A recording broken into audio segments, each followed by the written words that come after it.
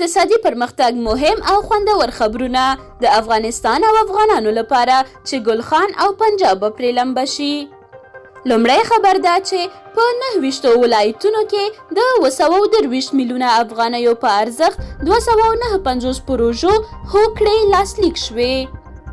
د کلو بیارغونې او پراختیا وزیر پوهندوی مجیب الرحمن کریمي د چهارشنبې په ورځ د چنګاښ په 18مه د څه د باندې 223 میلیونه افغانیو په ارزښت له اړوندو پرمختیایي شوراګانو سره د 259 پرمختیایي پروژو هوکړه لیکونه لاسلیک کړل.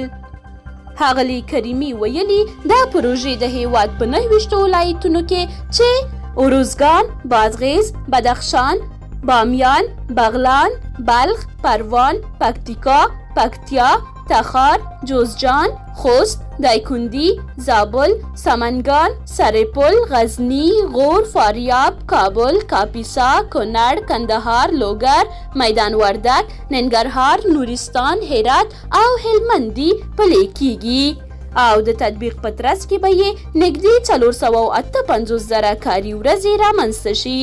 د کلو بیارغونې او پراختیا د وزیر په وینا دا پروژې 148 د اوبو رسولو شبکې، 124 ژورې او سطحي څاګانې، د اوبو 9 نوي زیرمې و روغتیایي مرکزونه او 4250 متره د اوبو خور کانال لري چې له ګټو به یې 340,000 کلیوال برخمن شي.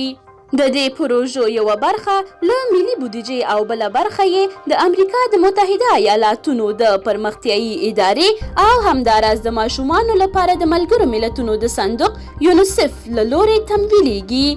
د یادولو وړ ده چې یادې پروژې د کلو بیارغونې او پراختیا وزارت د اوبو رسولو ملي پروګرام تر سیوري لاندې تنظیم او د پرمختیایي شوراګانو له لورې تطبیقیږي.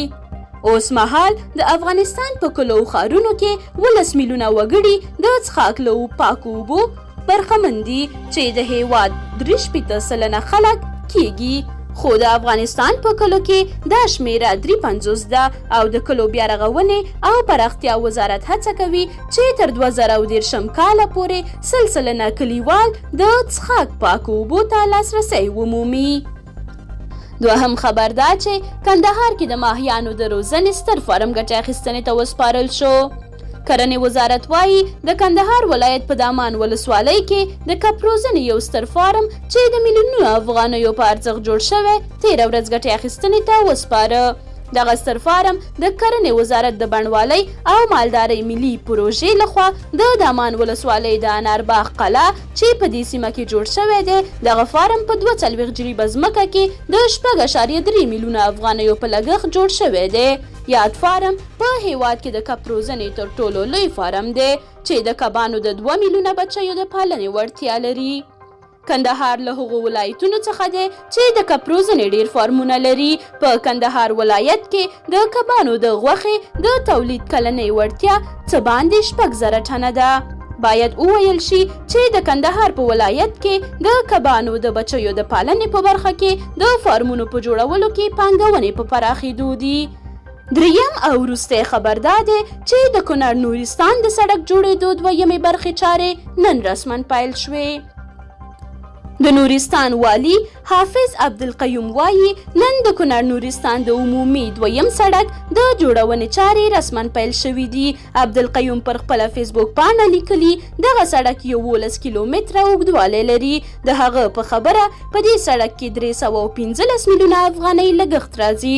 هغه زیاته کړې چې دغه سړک به د 22 میاشتو په لړ کې جوړ او ګټې اخیستنې ته وسپارل شي.